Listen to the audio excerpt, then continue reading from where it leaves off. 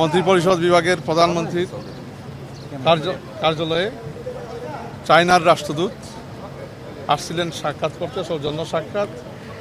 উনি প্রধানমন্ত্রী নির্বাচিত হওয়ার পরে ওনাকে কনগ্রাচুলেশন জানানোর জন্য এবং চায়নার প্রেসিডেন্ট শি জিনপিং সাহেবের পক্ষে এবং চায়নার প্রিমিয়ার লি কুয়াংয়ের পক্ষে উনি শুভেচ্ছা জানাইছেন।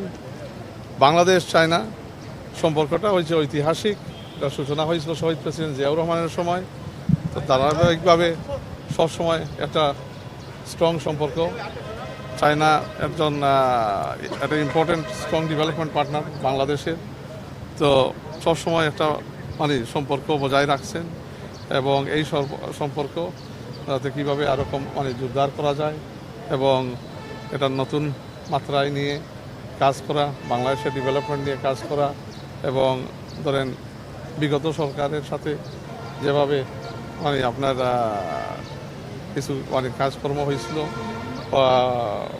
এখন ওইটাকে we need to go beyond that এবং in a more way that যেখানে interest of both peoples of our country বজায় থাকে এবং ইনশাল্লাহ অনেক কাজ করা যাবে যেখানে দুই দেশের মানুষের সম্পর্ক উন্নয়ন হবে।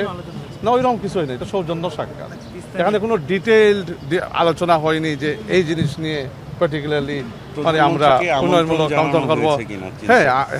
হ্যাঁ, আমন্ত্রণ জানানো হয়েছে, ওনাকে আমন্ত্রণ জানানো হয়েছে চায়না ভিজিটের সময়সূচি ওইগুলা তো আর ঠিক হয়নি। এগুলো তো প্রধানমন্ত্রীর এখতিয়ার। ওনার অনেক ডোমেস্টিক প্রায়োরিটি আছে, ওইগুলোর পরে যখন বিদেশ সফর শুরু করবেন তখন উনি ওনার এই চায়নার আমন্ত্রণ বিবেচনায় করবেন। আমন্ত্রণ দেওয়া হয়েছে, টোটালি সৌজন্যমূলক সাক্ষাৎ এবং একটা দ্বিপাক্ষিক সম্পর্ক কীভাবে এগিয়ে নেওয়া যায়। চায়না দীর্ঘদিনের বাংলাদেশের বন্ধু এবং আপনার তো এই সম্পর্ককে ওনার প্রাইম মিনিস্টারশিপে কীভাবে এটারে আরও এগিয়ে নেওয়া যায়, কীভাবে দুই দেশের মধ্যে একটা ডেভেলপমেন্ট পার্টনার হিসেবে কীভাবে কাজ করা যায়, ওইগুলোর একটা আপনার সৌজন্যমূলক একটা অঙ্গীকার এবং যে আশা রাখি আর কি কাজ করার একসাথে। না, এইগুলো স্পেসিফিক ডিটেলস নিয়ে কথা হয়। এগুলো তো হচ্ছে congratulatory call on the new prime minister.